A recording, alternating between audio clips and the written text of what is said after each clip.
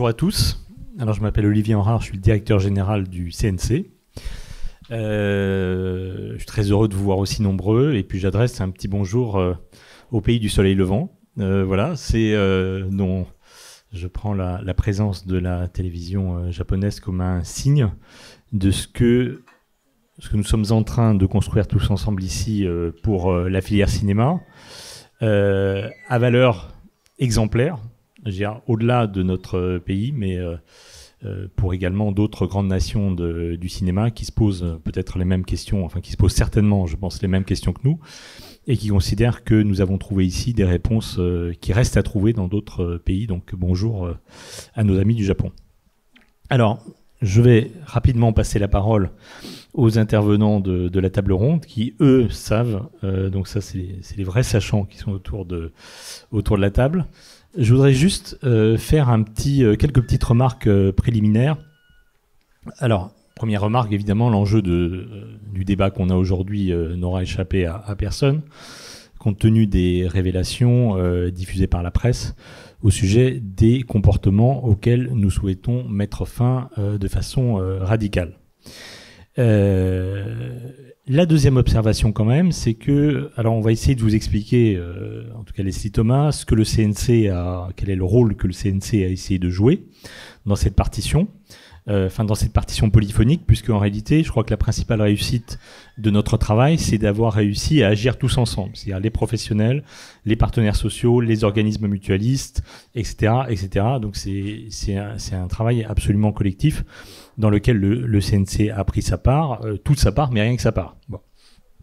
Et donc, la petite observation préliminaire que je souhaitais faire, elle m'a été presque inspirée, parce que ce que j'ai entendu lors de la cérémonie d'ouverture, dire par Camille Cotin, qui parlait d'un vortex cannois. Voilà, donc il parlait Cannes, c'est un vortex, le cinéma, c'est un vortex où les notions du sens commun sont un petit peu abolies. Hein, j'ai un univers un peu virtuel. Bon, ben en réalité, on est tous là parce que précisément, on considère que le cinéma, ça n'est pas un vortex. Le cinéma, il est pleinement inséré dans le monde ici et maintenant, dans le monde de l'état de droit, dans le monde où s'appliquent les règles du droit du travail, dans le monde où s'appliquent de façon générale toutes les lois qui sont prévues pour veiller au bien-être au travail des salariés et des collaborateurs d'une entreprise. Non. Donc, on est là précisément parce que le cinéma, ça n'est pas un vortex, parce que c'est un monde parfaitement réel dans lequel toutes les garanties dont bénéficient les salariés, les travailleurs doivent s'appliquer pleinement. Alors, dans ce monde qui n'est pas un vortex, mais qui est un monde bien réel, le paradoxe, c'est que le CNC, en réalité, ça n'est pas à lui, ça n'est pas sa compétence, de veiller au bon déroulement de la relation de travail. Le CNC, ça n'est pas l'inspection du travail. Le CNC, ça n'est pas la direction générale du travail. Donc, la relation de travail, elle est placée sous la surveillance des administrations, des organismes qui ont normalement compétence pour ce faire. Donc, le CNC, contrairement à ce que je lis parfois, c'est pas le grand régulateur de la relation du travail, même dans le cinéma et dans l'audiovisuel. Bon. Et pourtant, ceci étant rappelé, ce que je trouve intéressant dans la démarche qu'on a pu mener, c'est que précisément, on a essayé d'embrasser le sujet à travers les outils indirects dont on disposait. Hein, on n'a en aucun cas exproprié les gens compétents du traitement de la relation de travail, mais on a essayé d'agir par les moyens qui sont les nôtres. En réalité, on en a deux. Le premier moyen, c'est les aides financières qu'on attribue aux entreprises et aux œuvres. Bon. Donc ça nous donne un levier pour moraliser le fonctionnement de la relation de travail. Et le deuxième outil dont on dispose, c'est le fait d'être, je crois, quand même un lieu, depuis maintenant quelques décennies, où l'ensemble de la filière se parle. Donc, alors même que c'est un sujet qui était un petit peu loin de nous, si on raisonne en termes de mécanismes juridiques, on a essayé de le saisir à travers les outils indirects mais puissants dont on disposait, c'est-à-dire le CNC, lieu de discussion, et le CNC, ils sont responsables du soutien aux œuvres et aux entreprises. Et je crois que l'action qu'on a essayé de mener, elle est d'autant plus méritoire, enfin pardon d'utiliser un terme un petit peu moral, mais elle est d'autant plus, enfin elle mérite d'autant plus d'être soulignée que précisément nous n'étions pas nécessairement armés pour traiter cette question de la relation de travail. Alors sur le détail des mesures qui ont été mises en œuvre ou qu'on s'apprête à mettre en œuvre, je vais laisser la parole aux intervenants à la table ronde et notamment à Leslie, qui a piloté ce chantier pour ce qui concerne le CNC depuis 4 ans. Mais vous vous souvenez qu'en réalité, on a eu 3 étapes assez rapprochées dans le temps, en définitive, hein, puisque la première étape, c'était la conditionnalité des aides à la production au respect par l'entreprise des obligations prévues par le Code du travail en matière de prévention des VSS, et la mise en place d'une formation gratuite dispensée au CNC qui a permis de former, au moment où je vous parle, plus de 6000 personnes, environ 4000 producteurs, 4500 producteurs et plus de 1000 exploitants de salles de cinéma. Donc ça, c'était hier en réalité, c'était hier, mais on a l'impression que c'est un autre monde déjà, hein, tellement les étapes se sont enchaînées rapidement. Et puis là, 2 nouvelles étapes qu'on s'apprête à franchir à la vitesse du son, c'est-à-dire cet été, l'extension de l'obligation de formation à toutes les équipes de tournage. Voilà. Et quelques semaines plus tard, la mise en place systématique sur tous les tournages de cinéma d'un responsable enfant pour veiller au bien-être matériel, moral, sur tous les aspects des enfants embauchés sur les tournages. Là encore, la mise en place de cette mesure effective sera une condition d'accès aux aides du CNC. Bon, c'est des sujets donc, dont Leslie va reprendre les étapes de façon plus précise, et puis que la ministre aura l'occasion samedi sur la plage du CNC de préciser, puisque je dis notamment le dernier volet des mesures dont je parle, le responsable enfant. Je veux dire, c'est quelque chose, c'est un sujet dont elle s'est emparée dès sa nomination au tout début du mois de janvier, et je crois qu'elle est particulièrement heureuse que les partenaires sociaux, que la profession, les producteurs, les représentants des talents et tous les partenaires du processus aient pu avancer si vite pour mettre en œuvre une injonction sociétale et politique essentielle. Voilà. Bon, j'ai déjà beaucoup trop parlé. Donc je passe la parole à Caroline. Voilà. Merci Olivier. Moi je suis Caroline Regard, donc la directrice de la communication d'Audience. Donc Audience, on co-organise ce débat avec le CNC. Ce débat nous tient vraiment très à cœur et je suis heureuse de vous voir aussi nombreux, hein. Il y a 4 ans, on avait organisé le premier déjeuner de la cellule d'écoute mise en place par à l'initiative des partenaires sociaux et financée par le CNC et le ministère de la Culture. Et on était 8 ou 10, je crois, à ce déjeuner. Et voilà, et maintenant, on est vraiment beaucoup plus nombreux. Pour ce débat, j'ai à mes côtés Thierry Teboul. Vous êtes directeur général de l'AFDAS, donc l'organisme de formation des professionnels, notamment de l'audiovisuel et qui finance les formations, voilà, de l'audiovisuel et du cinéma notamment, mais de toute la culture en général. Leslie Thomas, que je ne présente plus, mais tu es secrétaire générale du CNC et tu es à l'initiative aussi, enfin tu impulses beaucoup de... Voilà, tu coordonnes, mais en tout cas on travaille beaucoup ensemble sur les mesures de lutte contre les violences sexistes et sexuelles. J'ai aussi Louise Lebec. Donc Louise, tu es vice-présidente de la commission sociale du SPI, enfin du CNPEF audiovisuel et déléguée générale aux affaires sociales du SPI. C'est ça ? À peu près. Pardon. Tu nous préciseras ça. En tout cas, on travaille aussi beaucoup avec toi sur tous ces sujets-là.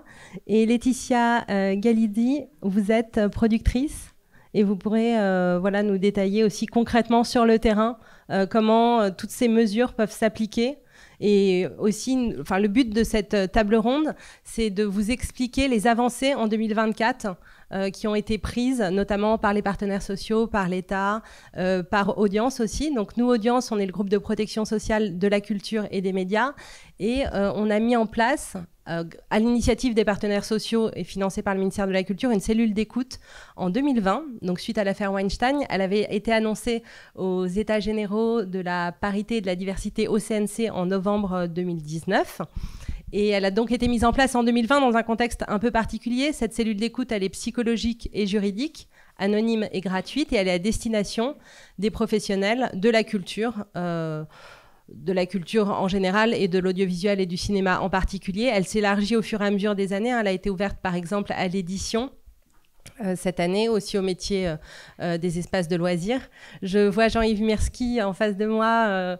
Vous êtes président de la FESAC et c'est grâce à vous, notamment grâce à l'impulsion de la FESAC, que cette cellule a été mise en place. Et donc, je disais dans un contexte un peu particulier parce qu'on était en période de crise sanitaire et donc il n'y avait pas énormément d'occasions festives. Enfin, c'est un démarrage qui a été un peu lent et puis cette cellule d'écoute a pris de plus en plus d'ampleur, notamment grâce à la communication. Et j'ai autour de moi beaucoup d'objets de communication, notamment le kakémono derrière moi, mais la communication, elle est essentielle pour cette cellule parce que c'est ce qui l'a fait connaître et ce qui fait qu'il y a de plus en plus d'appels.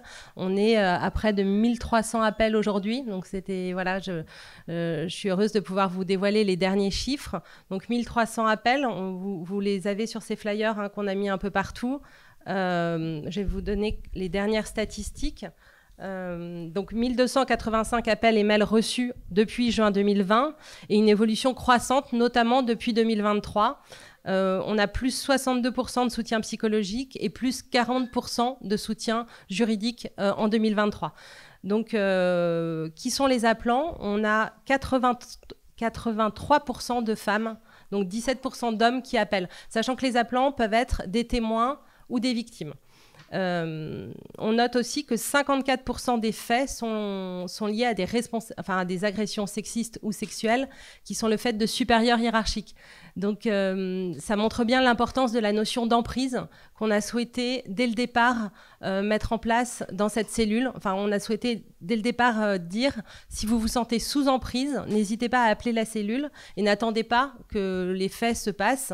Vous pouvez, dès que vous vous sentez sous emprise psychologique, téléphoner à la cellule et être pris en charge. Donc cette cellule, c'est 3 consultations psychologiques gratuites et 3 consultations juridiques. Et puis ensuite, nous, audience, on peut prendre le relais avec une aide juridictionnelle, enfin, pour aider à ce que les personnes bénéficient de l'aide juridictionnelle et puis aussi les aider dans les démarches financièrement si besoin. On peut aussi aider à faire des signalements au procureur de la République. Voilà, on a tout un levier d'action pour que cette cellule puisse être vraiment efficace et donner lieu ensuite éventuellement à des plaintes et à des conséquences juridiques. Voilà, donc je crois que j'ai assez parlé de la cellule et je vais passer la parole à Leslie. Merci. Bonjour à tous. Donc, comme l'a rappelé Olivier et comme l'a redit Caroline, l'objectif de cette rencontre, c'est de justement pouvoir faire un bilan sur les actions qui ont été portées, que ce soit par les organismes de formation, par les organismes mutualistes, par les partenaires sociaux, par les professionnels et par nous-mêmes CNC au titre de la puissance publique.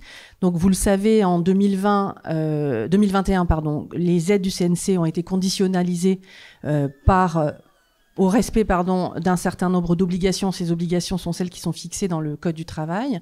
Et on a, nous, choisi d'accompagner les professionnels, les producteurs, les mandataires sociaux, en leur proposant une formation de sensibilisation à leurs responsabilités, notamment celles qui découlent du droit du travail.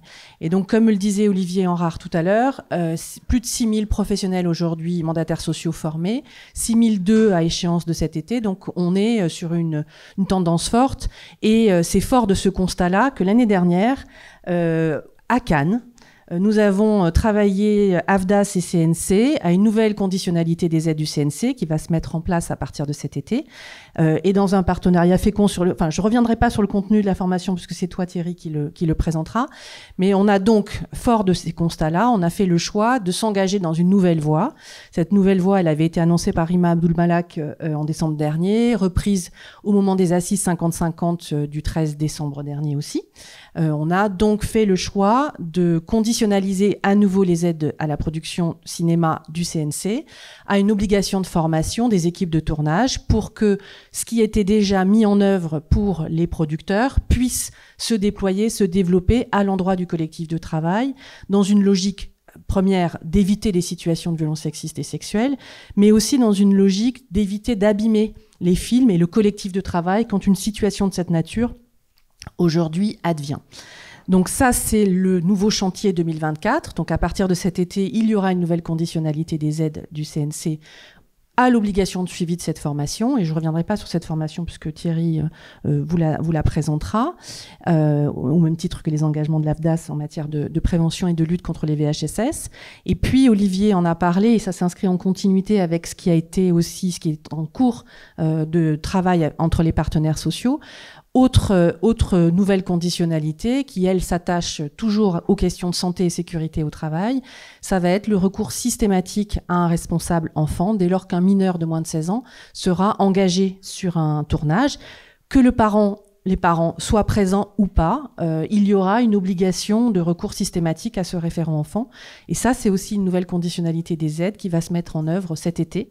Donc ça fait une première étape en 2021, une nouvelle étape en 2024 et pas des moindres. Donc on est assez content en tout cas d'avoir pu travailler sur ces dispositions en partenariat avec l'ensemble des acteurs qui sont autour de cette table ronde et comme l'a dit Olivier, c'est pas le CNC seul qui peut faire avancer les sujets, c'est tous ensemble qu'on peut y parvenir.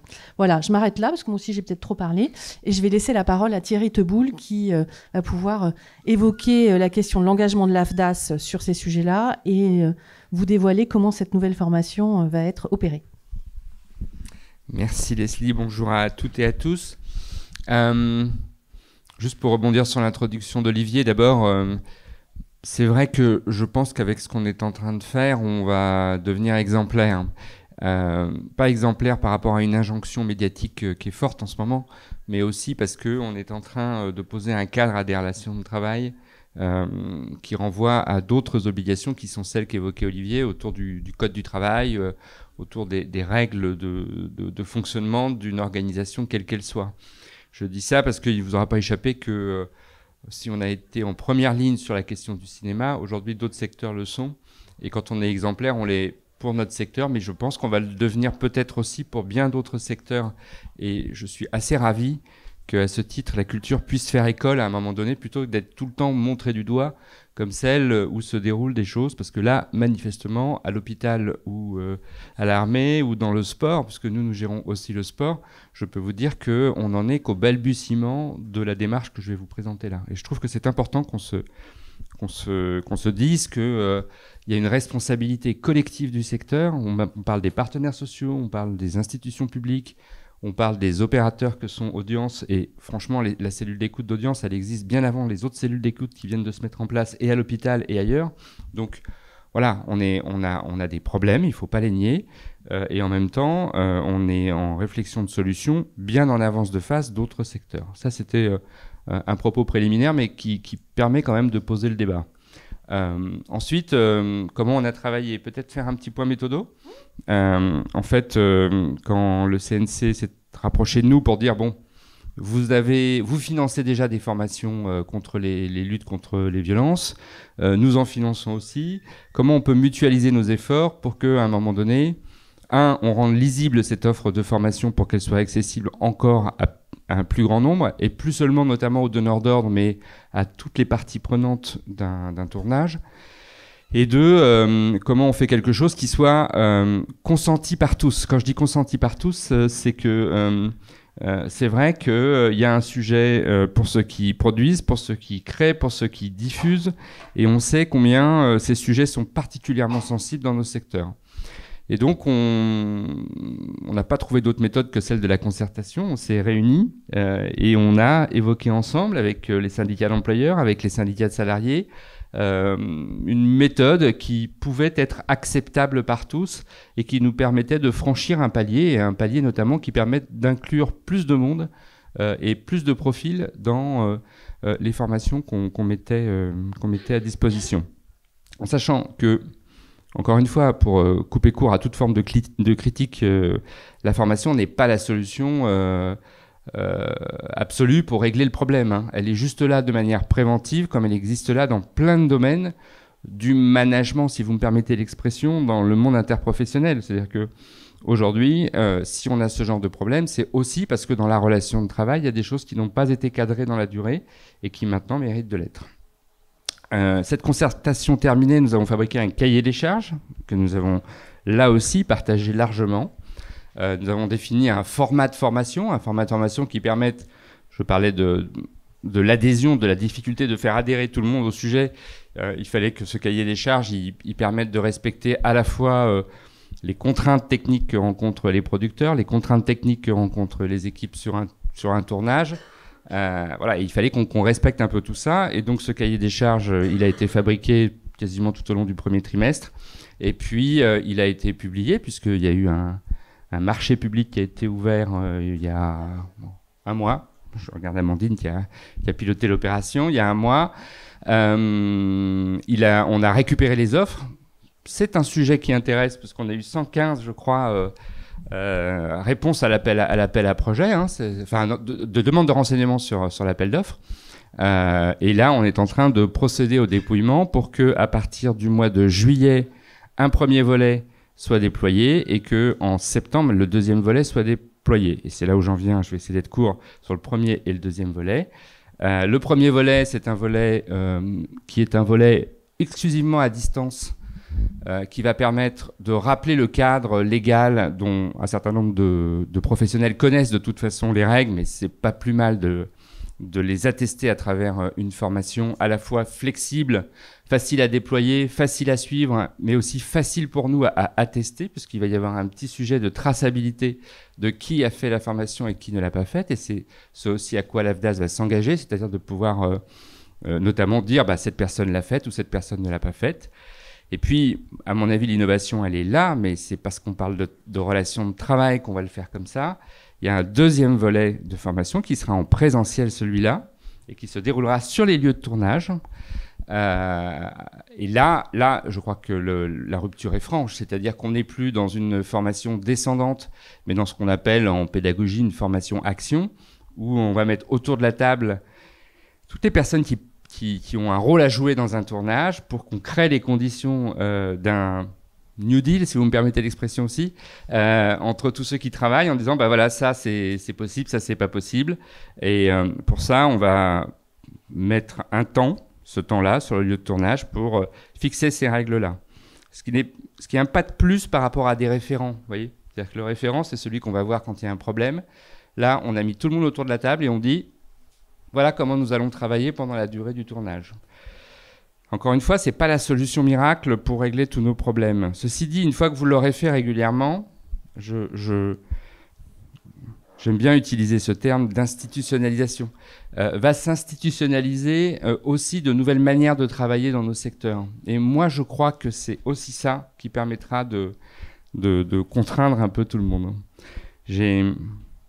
Avec mes équipes du comité de direction, on a fait la formation, nous, une fois.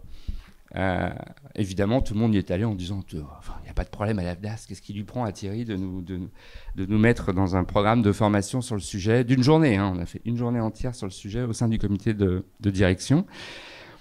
Et à la fin, on s'est quand même dit c'était bien, on a appris des trucs, ok. Mais c'est pas dans le tournage justement, c'est pas dans notre comité de direction que ça a changé les choses. C'est dans notre façon aussi de s'auto-contrôler les uns les autres maintenant, quand on se parle, quand on parle à nos collaborateurs, quand on parle de nos collaborateurs, etc., etc. Et je vous assure que, et Jacques Aubert et Amandine Mittel qui sont là peuvent en témoigner, on s'est inventé un système de contrôle entre nous. Et ce que je crois, c'est que dans la durée, en installant ce genre de formation, on installe aussi de nouvelles manières de travailler dans notre secteur. Ça ne veut pas dire qu'on va brider quoi que ce soit, qu'on ne va pas brider la créativité, qu'on ne va pas brider l'entrepreneuriat, qu'on ne va pas... Voilà. Ce n'est pas ça le sujet. Le sujet, c'est que tourner un film, c'est aussi travailler. Et si on travaille, alors on a un cadre de relation de travail. Et ce secteur l'a peut-être oublié, mais vous savez, je faisais l'analogie, comme ça j'ai bouclé la boucle avec ce qui se passe à l'hôpital. Finalement, vous savez, le médecin tout-puissant, l'ordre social à l'intérieur de la médecine, Hein, le grand professeur qui traite, qui maltraite, etc., etc. Finalement, on a pu avoir ce genre de pathologie chez nous aussi. Je crois que c'est bien qu'on se dise que si cette personne ne se contrôle pas, les autres le contrôleront à sa place. C'était clair ? Parfait. Merci Thierry. Donc la parole maintenant à Louise Lebec, qui va nous présenter justement ce que les partenaires sociaux ont choisi de mettre en place sur cette année 2024, qui porte aussi bien sur la question des violences sexistes et sexuelles que celle des enfants et de la santé et de la sécurité des enfants sur les tournages, mais qui porte aussi sur la coordination d'intimité. Donc c'est très important de voir que les dispositifs et les mesures qui sont prises par les partenaires sociaux viennent compléter tout ce qui a déjà été présenté, aussi bien par Audience LAFDAS que le CNC. Merci Leslie. Donc, je suis Louise Lebec, je suis vice-présidente de la Commission paritaire nationale de l'emploi et de la formation professionnelle de l'audiovisuel et également déléguée aux affaires sociales du syndicat des producteurs indépendants. Et donc, effectivement, je vais vous présenter ce que nous avons fait communément avec les syndicats d'employeurs et les syndicats de salariés des branches, notamment de la production cinématographique. Donc effectivement demain nous allons signer 2 avenants à la convention collective, l'un portant sur la prévention des violences et harcèlements sexistes et sexuels et l'autre portant sur les conditions d'engagement des mineurs sur les tournages. Donc c'est là où notre action s'inscrit complètement dans la même ligne que celle du CNC, c'est-à-dire que dans notre accord sur les mineurs, nous prévoyons de rendre obligatoire, à compter du 1er juin 2024, l'engagement d'un responsable des enfants cinéma dès lors qu'il y a un enfant engagé sur un tournage. C'est un poste qui existait depuis très longtemps dans la convention collective. À vrai dire, je pense qu'il était très couramment recouru à cette fonction. Mais donc là, on acte vraiment que ce soit obligatoire et que systématiquement, on ait une personne qui est en charge de l'hygiène, de la sécurité, des intérêts moraux de l'enfant sur un plateau, qui peut aussi avoir une fonction pour assurer son suivi scolaire, en même temps que cet enfant travaille. Donc ça, on est très content d'être allé. Enfin, ça, c'était très vite. Hein. On a été tous d'accord immédiatement. C'est pas tout le temps comme ça dans les négociations sociales. Donc là, on agit vraiment dans la même direction que le CNC sur ce volet-là. Sur tout ce qui est prévention des violences sexistes et sexuelles, on va signer un accord qui met beaucoup l'accent sur la prévention, puisque, comme l'a très bien dit Thierry, le but c'est aussi de faire évoluer les rapports, les relations de travail dans nos métiers et de changer certains usages, notamment via la formation. Mais le but, par la prévention, on évitera que ce type de situation risquée à risque réapparaisse et donc qu'à terme, peut-être la cellule d'écoute ne serait plus utile. Mais bon. Donc ça fait 4 ans qu'on... Non, pardon, mais... ça fait 4 ans qu'on y travaille. Il y a eu effectivement la cellule d'écoute dès 2020. Il y a eu le kit de prévention des violences sexistes et sexuelles en 2022. Et donc là, maintenant, les avenants. Beaucoup d'informations, notamment aussi sur on impose dans la convention collective beaucoup d'informations, notamment sur l'existence de cette cellule d'écoute, pour que tous les salariés du secteur sachent qu'elle existe et qu'ils peuvent y avoir recours à tout moment.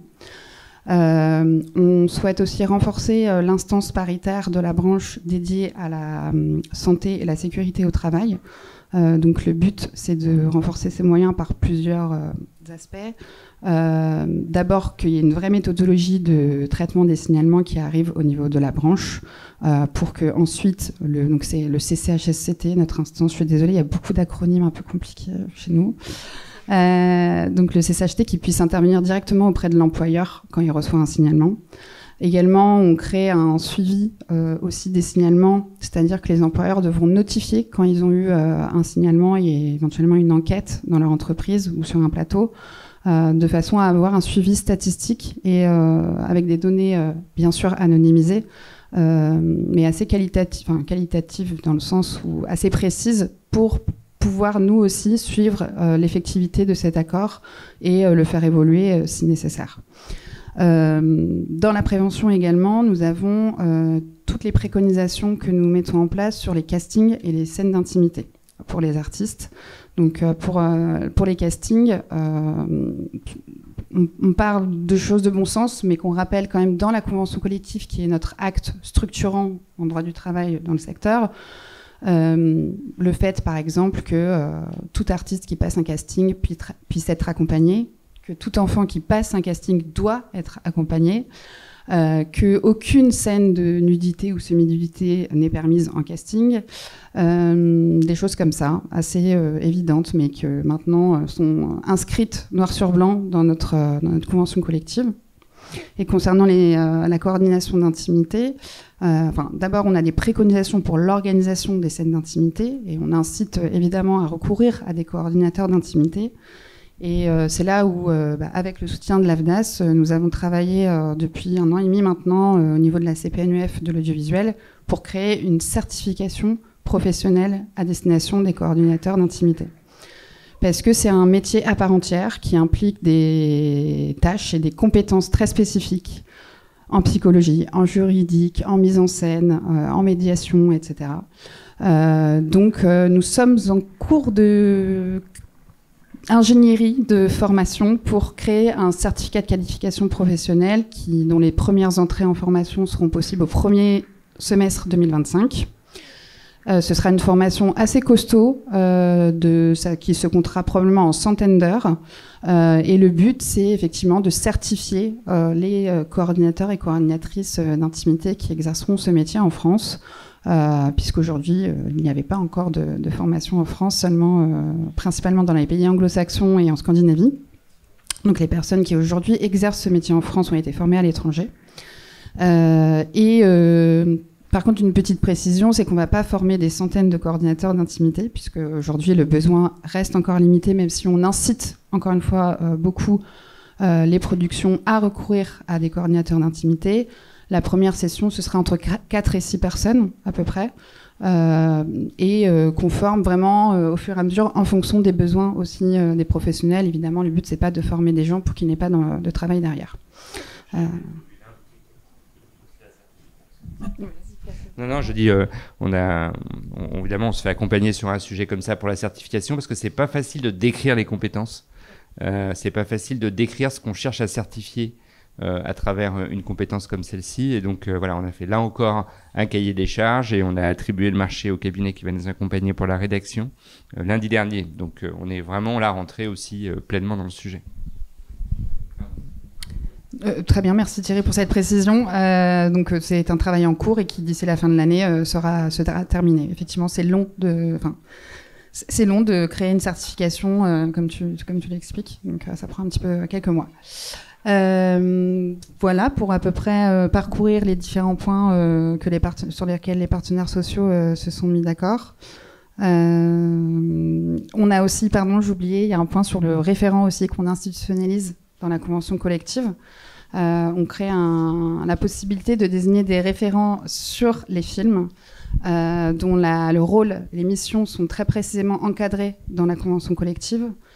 Et évidemment, il doit être formé préalablement avant de pouvoir être désigné, puisqu'il vaut mieux pas de référent qu'un référent non formé. Ça, on ne cesse de le répéter.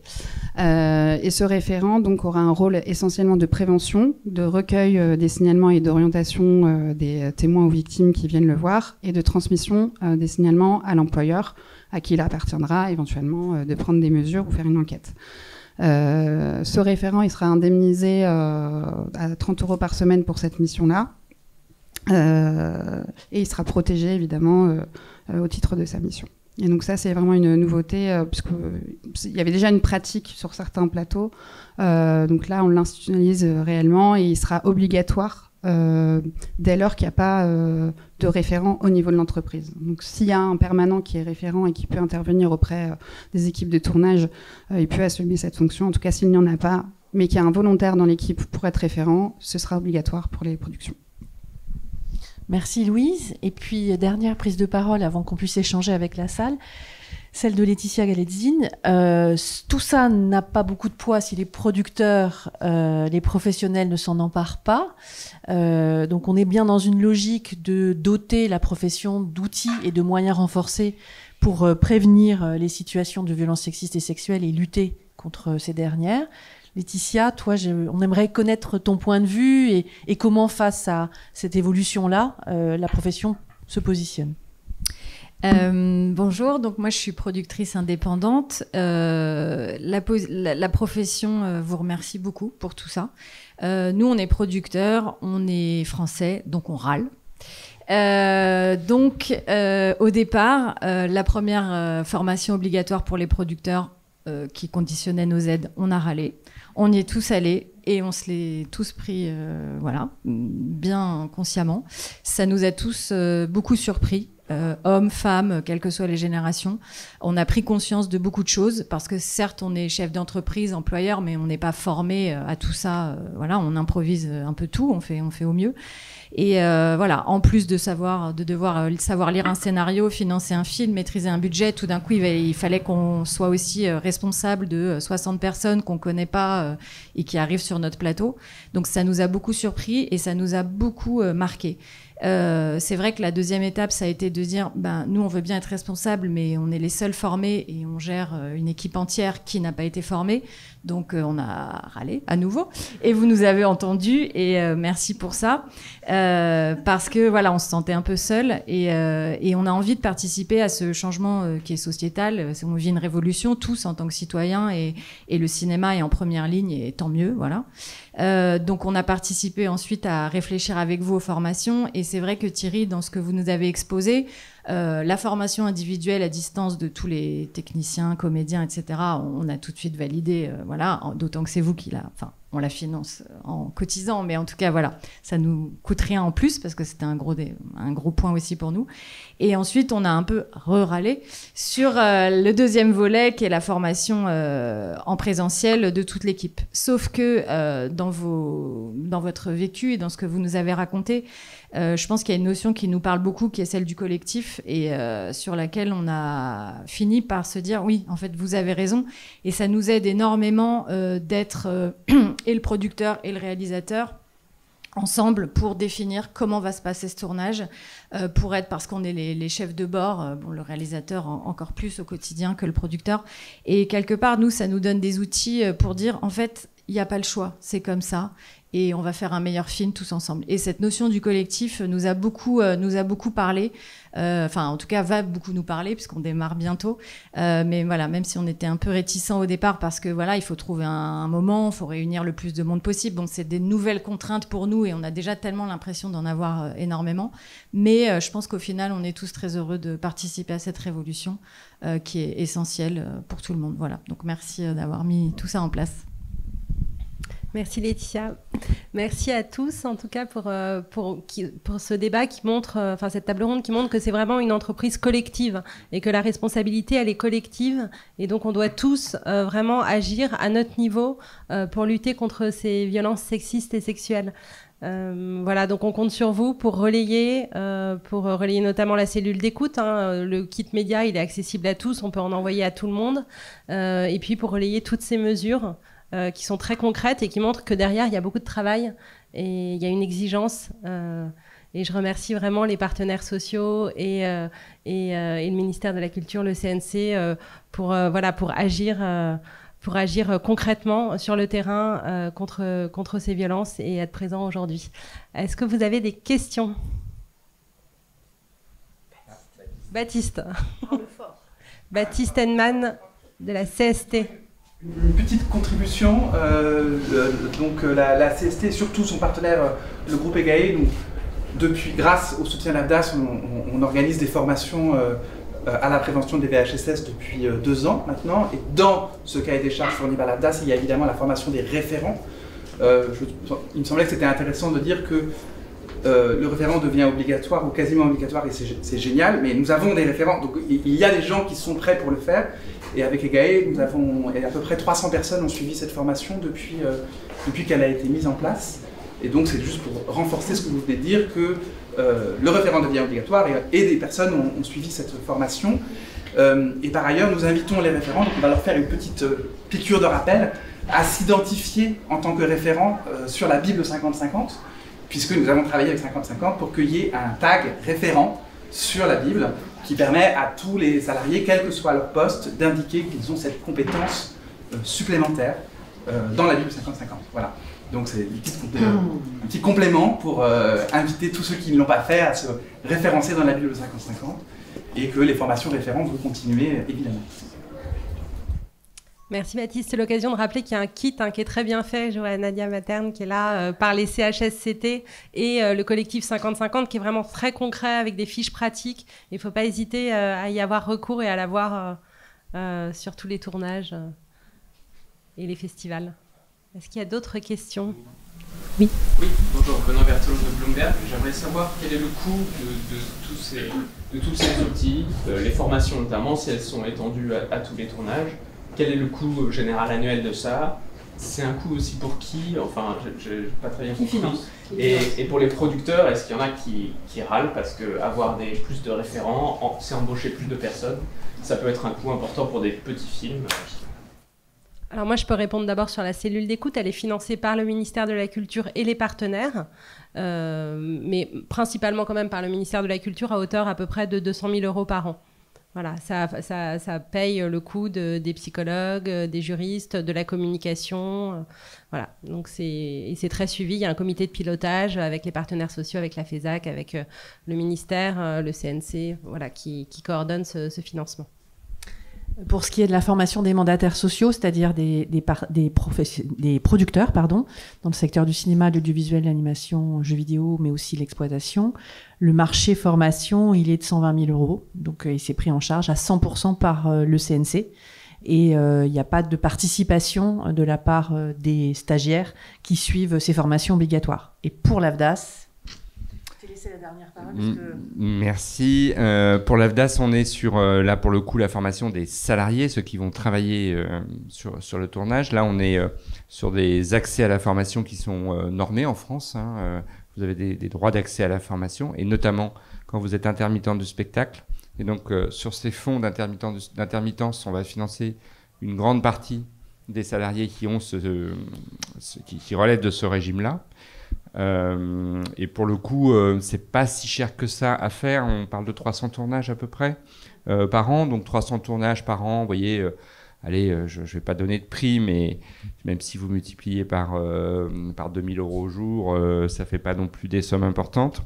Et on aura largement les moyens de former tout le monde et d'attester tout le monde aussi. Ce que disait Baptiste tout à l'heure est très important, sur l'idée que d'abord, il faut que ça soit des formations de très bonne qualité pour que on fasse de meilleurs films. J'ai adoré la formule. Enfin, si les producteurs ont décidé de le faire, à mon avis, c'est parce qu'ils ont compris qu'ils allaient peut-être faire des meilleurs films aussi. Il faut arrêter d'être dans une logique punitive. On est vraiment dans une logique aussi d'amélioration continue de la qualité. Donc, il faut que ça soit de qualité. Les réponses à l'appel d'offres des organismes de formation, en moyenne, je parle sous ton contrôle, Amandine, c'est 140 pages.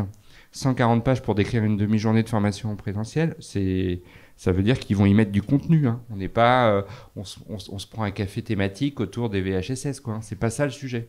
Donc c'est important qu'on se dise que derrière il y a une ambition pédagogique. Et donc elle se rémunère. Mais si vous comptez bien, 300 y compris à 2000 €, ça fait des sommes largement absorbables pour nous. La chose en revanche qu'on va poser comme principe, c'est que il ne faut pas qu'il y ait d'effet d'éviction. C'est-à-dire que quand vous vous formez à ce type de choses, il ne faut pas que du coup, vous engagiez d'autres droits à la formation sur vos cœurs de métier. Et donc, ça ne générera pas de carence de formation quand vous vous inscrirez sur ce type de formation. Et par rapport au budget des films, déjà le référent, en fait, c'est quelqu'un qui a un autre poste également, qui est un des techniciens du plateau. Donc, il faut qu'il soit qualifié maintenant grâce à la formation en tant que référent, mais c'est quelqu'un qu'on paye déjà pour faire un autre poste. Le référent, enfin le coordinateur d'intimité, effectivement, ça c'est un poste en plus, mais à moins d'un film qui nécessite 60 jours de coordinateur d'intimité.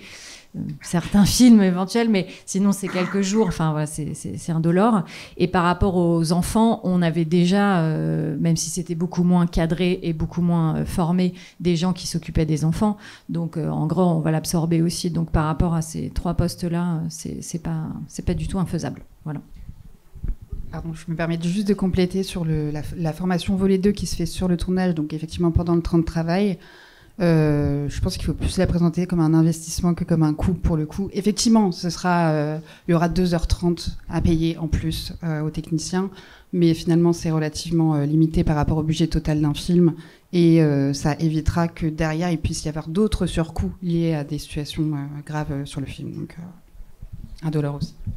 Et pour rebondir là-dessus, parce qu'on en parle avec Leslie, il y a un travail aussi qui est fait avec les assurances, parce que pour l'instant, il y a une clause assurantielle qui existe, mais qui n'a pas été encore n'a pas été effective encore, parce qu'elle n'est pas totalement adaptée à nos besoins.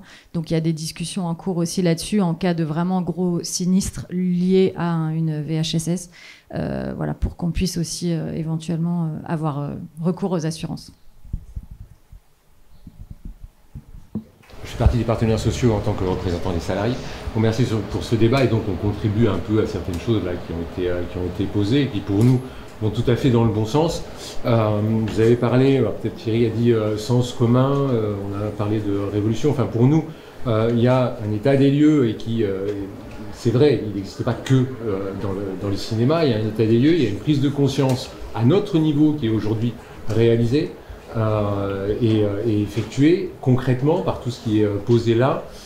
Maintenant, ça doit contribuer à... alors on parle beaucoup de transition écologique à la CFDT, on pense plutôt à la transformation écologique, et là c'est pareil, on a une transformation culturelle à faire dans le secteur. Et il faut que tout ce qui est posé là, aujourd'hui, soit vraiment approprié, avec cette prise de conscience, approprié par chacun, de manière à ce que, concrètement parlant, le plus rapidement possible, dans les meilleurs délais, voilà, les choses évoluent culturellement. C'est-à-dire qu'on oublie tout un tas de réflexes, d'évidences, de chaînes d'actes qui conduisent à... voilà, parce que si on laisse passer le premier, le deuxième, le troisième, et après, voilà, on se retrouve dans des situations diverses, que ce soit du harcèlement psychologique ou sexuel ou sexiste, et c'est tout ça qu'il faut modifier vraiment.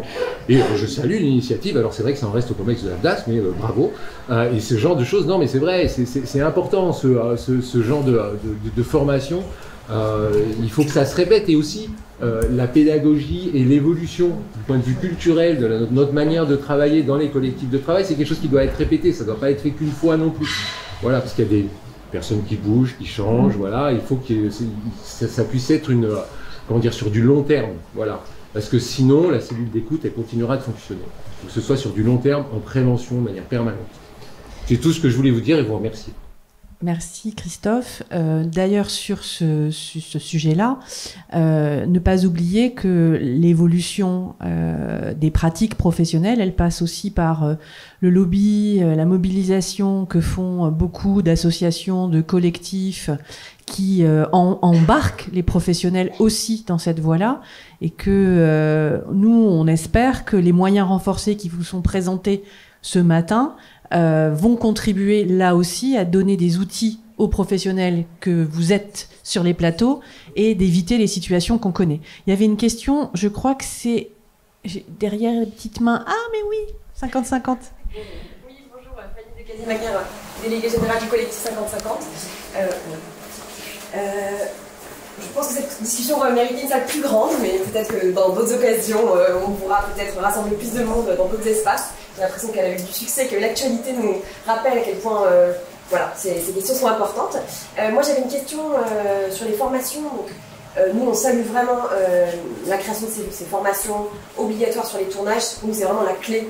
En fait, on voit que ces formations qui existent depuis déjà maintenant 2 ans, elles sont super, mais en fait, elles sont sollicitées par des personnes qui sont déjà convaincues. En fait, on se forme quand on estime qu'en fait, il y a un travail à faire et on a une responsabilité à avoir. Donc vraiment, on salue cette initiative-là, et on se demande, enfin, moi la question que j'ai là en vous écoutant, c'est est-ce que ça a été pensé aussi pour les autres filières qui ne sont pas sur les tournages? Nous, on est très très sollicités par en fait l'ensemble de la chaîne. Je pense là, pour n'en citer que 2, aux agents de comédiens comédiennes qui ne font pas partie du coup de ces personnes visées par les formations obligatoires sur les tournages et qui sont complètement désemparés aussi, hein, voilà, qui nous ont sollicité en nous disant que beaucoup elles d'ailleurs, ne savaient pas comment réagir dans un nombre de situations et de cas très divers. Et je pense aussi aux festivals qui viennent nous voir aussi en nous demandant des protocoles d'action, de prévention dans les festivals. Voilà, donc j'avais cette question-là sur comment est-ce qu'on peut aussi rendre obligatoire des modules de sensibilisation et de formation en dehors des tournages, mais plus globalement sur l'ensemble de l'industrie. Alors, cette question de l'élargissement de la contrainte de formation, on se l'est bien évidemment posée au moment où on a travaillé avec l'AFDAS et les partenaires sociaux. On est dans une logique aujourd'hui d'une espèce de pilote, c'est-à-dire qu'on va travailler dans un premier temps à destination des 300 films d'initiative française annuels, grosso modo. On a bien conscience qu'aujourd'hui, on est de la phase de la préparation et on s'arrête à la post-prod. On n'a pas encore englobé ce qui relève de la post-prod et encore moins de la diffusion, et voire même de la diffusion, de la présentation en festival. Néanmoins, on est bien conscient du besoin qu'il y a à cet endroit. Et ce qu'on avait dit, notamment avec les partenaires sociaux, c'est que il y a des clauses de revoyure par rapport à cette offre de formation, qu'on est dans une logique de progressivité. Donc on est tout à fait conscient du besoin qui existe à l'endroit que tu décris. Néanmoins, on va commencer déjà par le tournage et on prendra ensuite, dans le cadre des bilans intermédiaires qu'on va pouvoir faire et des besoins qui émergent, on prendra chacune des situations au fur et à mesure. Mais c'est bien quelque chose qui a été identifié dès le départ. Tu veux rajouter quelque chose ? Oui, juste un petit mot, mais parce que c'est un process dans la formation que de faire de l'évaluation de la formation. Donc tant qu'on l'a pas fait tourner un tout petit peu, on ne sait pas si ça correspond tout à fait aux besoins quand même, et on s'est gardé quand même la liberté de revenir dessus.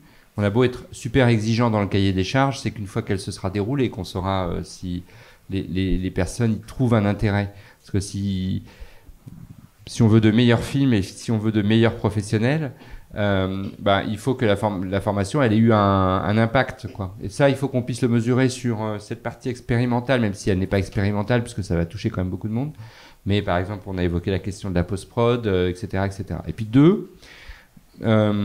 cette formation, elle va exister quoi qu'il arrive, au-delà de l'aspect... voilà. Et si on veut la mettre en œuvre dans le cadre de festivals, il y a pas de blocage. Elle n'est pas réservée à ce type de choses parce qu'elle est prise sur des budgets de droit commun de l'AFDAS. Donc elle n'est pas prise sur des budgets ou CNC ou autre. N'importe quel adhérent de l'AFDAS, dès lors qu'il est organisateur d'un festival, peut très bien nous solliciter pour utiliser cette offre, y compris pour le festival. Vous voyez ? Donc elle n'est pas réservée, cette offre, hein. Et c'est bien la différence avec une offre. Je crois que c'est Olivier qui parlait de bien la remettre dans son bon cadre. Le cadre, c'est la conditionnalité des aides côté CNC. Mais il y a un deuxième cadre qui est le nôtre, qui est celui du cadre du travail. Et là, pour le coup, quand vous travaillez dans un festival et que vous avez un employeur qui est le festival, à ce moment-là, vous pouvez très bien recourir aux mêmes offres avec les mêmes conditions, c'est-à-dire, par exemple, pas de carence pour la personne qui se forme à ces sujets-là. Excuse-moi Thierry, j'ai une mini-question par rapport à ce que tu viens de dire. Là, tu parlais de l'offre distancielle présentielle qui s'applique également au festival. Est-ce que ça signifie, qui peut s'appliquer, effectivement, est-ce que ça signifie donc que sur la partie présentielle qui est dans des zones ouvertes, ça peut accueillir donc les bénévoles des festivals qui sont pour l'instant un peu dans une zone d'ombre vis-à-vis du financement de l'AFDAS? Je sais, je suis désolé. C'est pas une zone d'ombre, c'est deux. J'aime pas cette question parce qu'en fait, l'AFDAS, la formation professionnelle s'adresse à des professionnels. Et par définition, les bénévoles ne sont pas des professionnels. Et du coup, là, moi, j'ai un problème simplement technique. C'est-à-dire que je suis pas... voilà. Alors après, faut voir si on décide de prendre ce sujet du bénévolat à un moment donné. Mais pour moi, c'est le salariat qui déclenche la question de la formation professionnelle, pas le bénévolat. Mais sur la question des bénévoles, la question s'est posée quand on a fait les formations pour les exploitants des salles de cinéma, puisqu'il y a certaines salles qui sont gérées en association et qui ont des bénévoles. Le responsable légal, il a toute latitude pour lui-même organiser une formation sur ses fonds propres, et c'est pas non plus des dépenses inconsidérées. Donc il faut aussi, là vous avez un arsenal qui est proposé, des moyens renforcés qui sont à la disposition des professionnels. Ça n'empêche pas un producteur, on a le cas dans l'audiovisuel, on a des producteurs qui sont venus suivre la formation de sensibilisation au CNC et qui en sortant ont demandé aux formatrices d'intervenir sur leur tournage audiovisuel en dehors du cadre CNC, pour certains en sollicitant des financements AFDAS, pour d'autres sans solliciter des financements AFDAS. Enfin, il y a aussi matière à pouvoir aller puiser dans les catalogues de formation et à les proposer, que ce soit à des équipes de salariés, voire à des équipes de bénévoles. Si je peux me permettre de répondre à ta question, il y aura une voie un jour probablement. C'est quand on aura enfin activé le compte d'engagement citoyen. C'est-à-dire que, en fait, quand on fait du bénévolat, dans la loi de 2014, sur la loi formation, on avait des droits CPF quand on était engagé bénévolement. Ça a été oublié depuis 2014, voilà, et depuis 2018, c'est passé à la trappe. À cause des grands événements sportifs et culturels qui se passent chez nous, on est en train de voir comment on peut pas réactiver ce machin, parce que je trouve que c'est une super idée de se dire que quand on a été volontaire, bénévole de quelque chose, à un moment donné, on a pu acquérir des droits qui sont pas des droits auprès de l'AFDAS, mais auprès cette fois du CPF et de la Caisse des dépôts, donc un droit universel à se former. Et c'est peut-être ça, sûrement l'avenir. Mais alors, ça voudra dire qu'on va vers une certification, même une micro-certification, c'est pas très grave, mais une certification de ces programmes-là. Moi, je crois que de toute façon, à terme, un peu à la manière d'un CV classique dans une entreprise du monde interprofessionnel où quelqu'un vous dit « je maîtrise Word, Excel, InDesign, je ne sais quoi », un jour, on pourra y mettre « j'ai aussi été formé à ça » et du coup, ça dira qu'on a une employabilité augmentée ou en tout cas réassurée par quelqu'un. Ça passe par la certification et je pense qu'on ira un jour là-dessus. Et sinon, la cellule d'écoute, elle est quand même plus large et on voit qu'on a souvent des bénévoles ou des référents sur des festivals qui appellent. Et parfois, il y a un numéro d'écoute sur le festival. Par exemple, là, à Cannes, il y a un numéro d'écoute propre au Festival de Cannes. Mais parfois, justement, parce que le référent est connu ou c'est un petit festival, ils préfèrent appeler une cellule anonyme pour pas être avec quelqu'un qu'ils connaissent. Et donc, c'est important aussi de dire que cette cellule, elle est vraiment très ouverte. Et on observe de plus en plus de responsables aussi d'associations qui recueillent la parole des victimes, qui ont besoin, elles aussi, ou eux aussi, de pouvoir parler à un psychologue via la cellule. Donc la cellule, elle est vraiment ouverte aussi aux témoins, et notamment à ceux qui recueillent la parole, parce que souvent c'est très lourd de recueillir tous ces témoignages. Je pense par exemple à l'équipe de MeToo Média qui nous a dit qu'elles avaient besoin, elles aussi, parfois, de pouvoir contacter la cellule, à être accompagnées psychologiquement, parce que c'est très lourd, voilà, au quotidien, voilà, d'être confronté à des faits comme ça permanents. Ouais, je peux dire pour Télérama, bon, je suis désolée parce que c'est un peu l'éléphant dans la pièce, donc je vais avoir le mauvais rôle. Mais vous avez rappelé à quel point toutes les actions mises en place sont exemplaires, en effet, en Europe et peut-être dans le monde. Vous avez rappelé qu'il y a toute une filière qui est volontaire et prête à s'emparer de ces questions et à prévenir les risques. Est-ce que le maintien de Dominique Boutonnat à la tête du CNC ne discrédite pas toutes ces actions et ne plombe pas vos ambitions qui sont louables et que je salue d'ailleurs? Merci de les saluer. Alors, je ne vais pas vous dire que les questions de symboles sont non significatives. Non.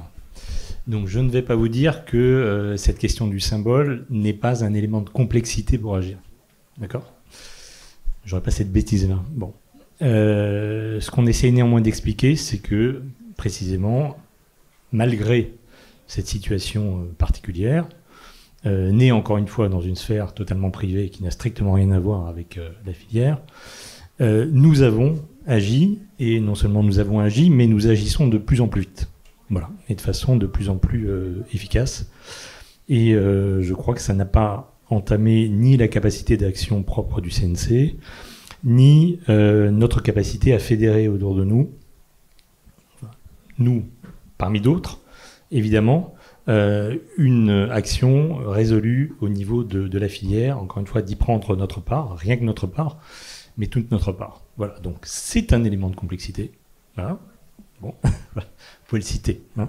Voilà. Mais en aucun cas, je crois que ça n'a entravé notre capacité à agir de façon concrète.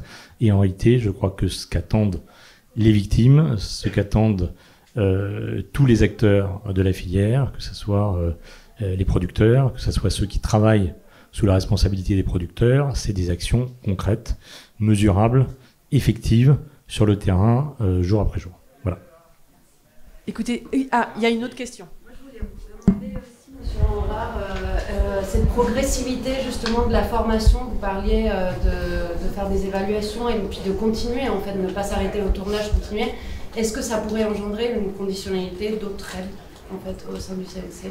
Alors, le CNC ne peut conditionner que ce qu'il attribue lui-même. Non, bon. Donc, nous, le CNC, on aide essentiellement des productions. Voilà.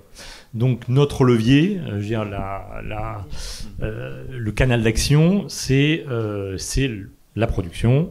Donc, c'est la conditionnalité des aides, elle s'applique à la production. Dans des sphères qui échappent à notre intervention directe, évidemment, là, la conditionnalité, ça ne marche pas. Et c'est là que le CNC reste quand même utile, à travers ce que j'appelais son deuxième levier d'action, c'est-à-dire le CNC comme étant le lieu où toute la filière peut se parler. Voilà. Donc, on est disponible pour abriter toutes les discussions à ce sujet, justement pour intégrer dans le cercle vertueux les gens sur lesquels on n'a pas une prise directe via les aides financières. Hein. Donc ce qu'on appelle un pouvoir d'influence, hein, voilà, d'honnête courtier du CNC et non pas le CNC potentiellement auteur de sanctions en retirant une aide quand on n'a pas fait ce qu'il fallait faire. En complément, je rajouterais que sur la question des conditionnalités, on agit sur les questions environnementales. Donc oui, il peut y avoir d'autres types de conditionnalités qui relèvent du grand ensemble de la responsabilité sociétale et environnementale des entreprises et de la société. Alors, très juste. Alors, pardon, mais je vais rebondir parce que très précisément, ce qu'on a mis en place, enfin Leslie faisait allusion de façon un petit peu générale, c'est que depuis le 1er janvier, vous ne pouvez plus accéder aux aides à la production du CNC si vous n'avez pas déposé à l'appui de votre demande d'aide à la prod un bilan environnemental, hein, un bilan carbone de la production. Bon. De façon encore plus générale, le CNC, alors c'est marqué tout en haut dans le code du cinéma, n'aide aucune entreprise qui ne respecte pas le droit du travail au sens large du terme. Hein. Il y a même en ce moment, en navette entre le Sénat et l'Assemblée nationale, une proposition de loi qui prévoit que le CNC n'aidera pas les productions dont les contrats ne respectent pas les minima de rémunération des auteurs lorsque ces minima ont été fixés par voie conventionnelle. Donc la conditionnalité des aides, c'est quelque chose de relativement nouveau dans l'histoire du CNC, mais on voit bien que ça peut se diffuser dans une multitude de domaines qui intéressent, on va dire, le caractère exemplaire de la filière au sens large du terme, donc du point de vue environnemental, du point de vue droit du travail, du point de vue de la rémunération des collaborateurs, qu'ils soient salariés ou auteurs, etc. etc. Alors ensuite, il faut raison garder, évidemment, hein, parce que on a affaire à, vous le savez mieux que moi, j'ai un secteur où les entreprises sont de petite taille, on est dans un domaine qui est celui de l'artisanat, donc il ne faut pas non plus écraser les producteurs sous un poids totalement délirant en matière de conditionnalité. Donc il faut choisir les bons combats hein, pour trouver un équilibre raisonnable entre la conditionnalité et la liberté du producteur de vivre au service d'entrepreneurs. Voilà. Merci. Valérie Lévy. Valide. Voilà.